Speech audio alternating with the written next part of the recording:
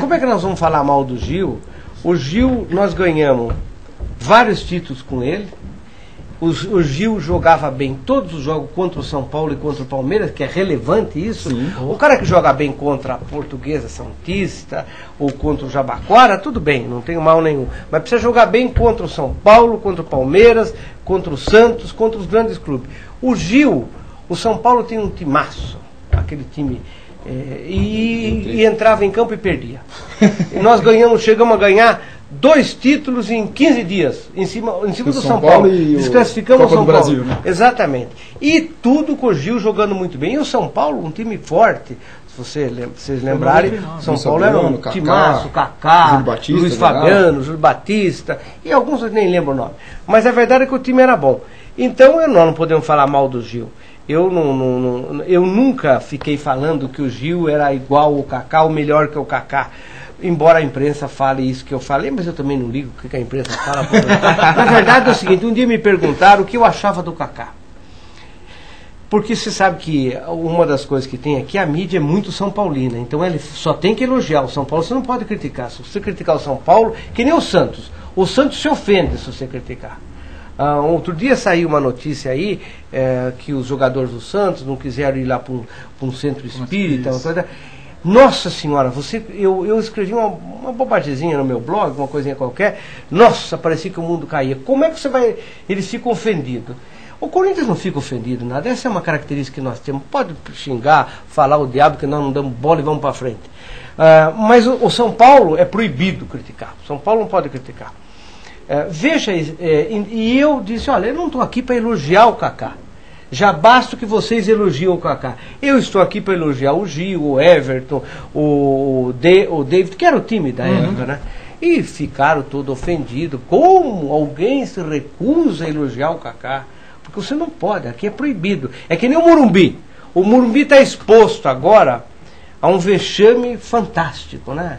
Porque o São Paulo anunciava que o Morumbi era das maravilhas da humanidade, e veio aí a FIFA e falou, olha, tem ponto cego, não tem banheiro, não tem rampa, não tem isso, não tem aquilo. Eles caíram sentados, mas é um negócio que todo mundo vê. Eu escrevi, até está nesse livro que eu vou lançar, um artigo quarta-feira, quando escolheram o Morumbi, eu disse que a prefeitura fazia um ato de covardia. Escolhi um estádio que ela não sabia, mas o estádio era problemático. Eu não estou falando contra o São Paulo. São Paulo pode pegar o Morumbi e fazer o que ele quiser. Mas a verdade é a seguinte, o Morumbi ele é difícil de reformar e ele é caro para reformar. Ele não é fácil. Não é um estádio que você chega lá e fala assim, porque ele não tem espaço. Ele não tem espaço do lado de fora. Ele é um estádio, vamos falar uma palavra que o São Paulino odeia, velho. Porque ele foi construído com uma outra concepção. Sim. Então você precisa tirar aquela pista que não serve para nada, nunca ninguém correu naquela pista, sabe por quê? Porque aquela pista não tem a metragem mínima para correr, é uma pista que é um enfeite, entendeu? Ficou como um enfeite. Então tem uma pista lá de atletismo que tem que tirar, tem que afundar o gramado, tem que resolver o problema dos pontos cegos. É uma reforma caríssima, que obviamente o São Paulo não tem condição de fazer, como nenhum clube tem condição de fazer. Agora, a prefeitura que escolheu o Morumbi fica na seguinte situação: arruma o dinheiro para o São Paulo, esse é o problema, né? Ou o São Paulo não arruma o Morumbi. É esse o problema que eles têm aí. Essa era uma tradição das famílias. Uma das coisas mais bonitas que ocorreu, que o Corinthians fez, e foi uma coisa que eu creio que fez sem querer, porque atualmente o marketing do Corinthians acho que é a maior coisa do mundo. Tudo que apareceu, ele que fez, ele que não fez, eles refundaram o Corinthians. Isso é uma bobagem, né? Achar que tudo começou porque eles começaram. Mas houve uma coisa fantástica que o Corinthians fez, e que é importante. Quando houve aquele acidente do Torino, o Torino, vocês sabem, era o maior time, era praticamente a seleção da Itália. Quando ele estava retornando de Portugal, ele tinha jogado com o Benfica, ele bateu na torre de uma igreja e praticamente destruiu o time todo. Bom, naquela oportunidade o Corinthians fez uma homenagem brilhante ao Torino. Jogou com a camisa do Torino e deu a renda para o Torino. Bom, isso serviu para duas coisas. Primeiro, para ser uma homenagem muito grande. E segundo, é a maior bronca que os palmeirenses têm até hoje, porque eles se dizem o time da colônia, e quem fez a maior homenagem ao Torino foi o Corinthians. Até hoje eles não engordam. Agora esse eu posso contar e não me constrange de contar. O Ricardo Gomes era o técnico que ia substituir o Parreira no Corinthians. Em 2002. 2002. Ele tava, na época ele estava na seleção. Não, ele tinha feito uma bela campanha no Juventude. Sim.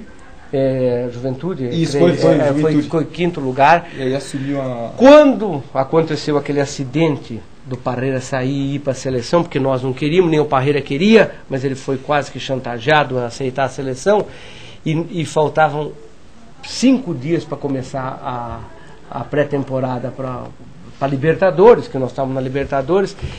O primeiro nome que nós pensamos era no Ricardo Gomes. Mas, infelizmente, ele cometeu um erro para a carreira dele. Ele foi convidado para ser técnico da seleção da pré-olímpica. E ele aceitou, e aí nós não pudemos ter. Porque ele naquele momento, ele estava num processo de ascensão. Eu não estou dizendo que ele não vá bem no São Paulo. Ele pode ir bem no São Paulo, mas a verdade é que ele estava vindo de uma grande campanha. Se ele pega o Corinthians, ele era um técnico que agradava ao Parreira, com quem nós tínhamos uma grande relação. Infelizmente ele não pôde. Uma das coisas que eu venho aqui, porque aqui eu falo o que eu penso e as pessoas falam o que pensam, então eu quero agradecer mais uma vez aqui. Muito obrigado, Cidadinho. Sorte aí para você.